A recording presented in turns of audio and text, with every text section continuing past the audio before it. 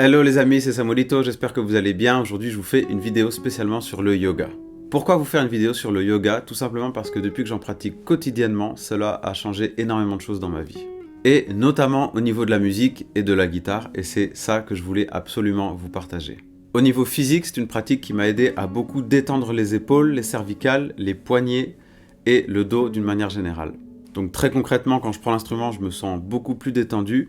Quand je fais certains mouvements, mes poignets sont complètement échauffés et je n'ai plus du tout de tendinite, je n'ai plus du tout de tension dans les bras, dans les épaules et dans le dos. Je peux rester vraiment des heures à jouer de la guitare sans avoir de douleur particulière. Il y a une vraie différence par rapport à avant. Quand je travaille ma guitare au quotidien, quand je joue en studio, quand je joue sur scène, je ressens un confort que j'ai jamais ressenti auparavant. Sur le mental également, le yoga a un fort impact. Par exemple, j'arrive à me concentrer beaucoup plus efficacement sur des longues périodes de temps. J'ai l'impression aussi d'avoir une vision plus claire des choses en général, donc ça m'aide énormément quand je joue. Et même pour faire des vidéos comme celle-ci, par exemple, quand je vous parle, j'ai pas préparé de texte, c'est vraiment du spontané. Et c'est quelque chose dont j'étais absolument incapable avant. Un point très important pour les musiciens, notamment lorsqu'on doit jouer en studio ou sur scène, le yoga a un impact énorme sur le stress et les émotions négatives. Donc tout ça, ce sont des effets très chouettes du yoga, mais ce sont des effets secondaires puisque le but originel du yoga est de vous connecter à votre vie intérieure. Ce qui a pour effet de vous connecter à quelque chose de plus profond en vous, de plus vrai, de plus authentique. Et ça, je pense que quand on est musicien, artiste, c'est absolument essentiel. Le yoga est une discipline indienne qui serait née il y a à peu près 15 000 ans et yoga en sanskrit, ça veut dire union. Union, dans ce sens, on va rechercher à ressentir l'unité en toute chose, c'est-à-dire fusionner notre identité avec tout ce qui nous entoure. En Occident, on appelle ça la pleine conscience, c'est-à-dire que vous êtes complètement conscient de qui vous êtes, de ce qui vous entoure et de ce que vous êtes en train de vivre.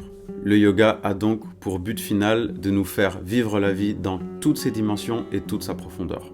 Des manières d'atteindre l'état de yoga, il en existe plein.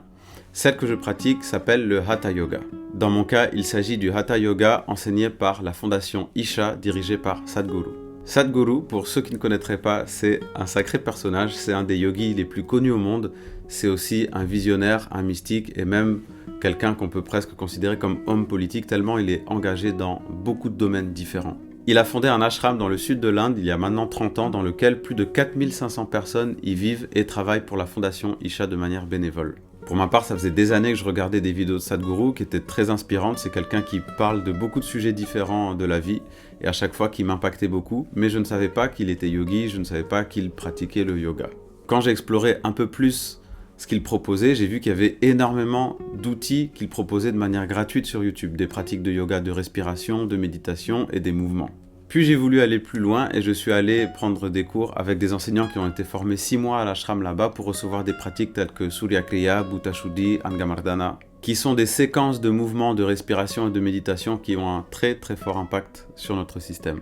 Et c'est quelque chose que je veux absolument intégrer dans ma pédagogie maintenant puisque ça me paraît absolument nécessaire d'avoir quelques notions de base de yoga pour mieux appréhender l'instrument.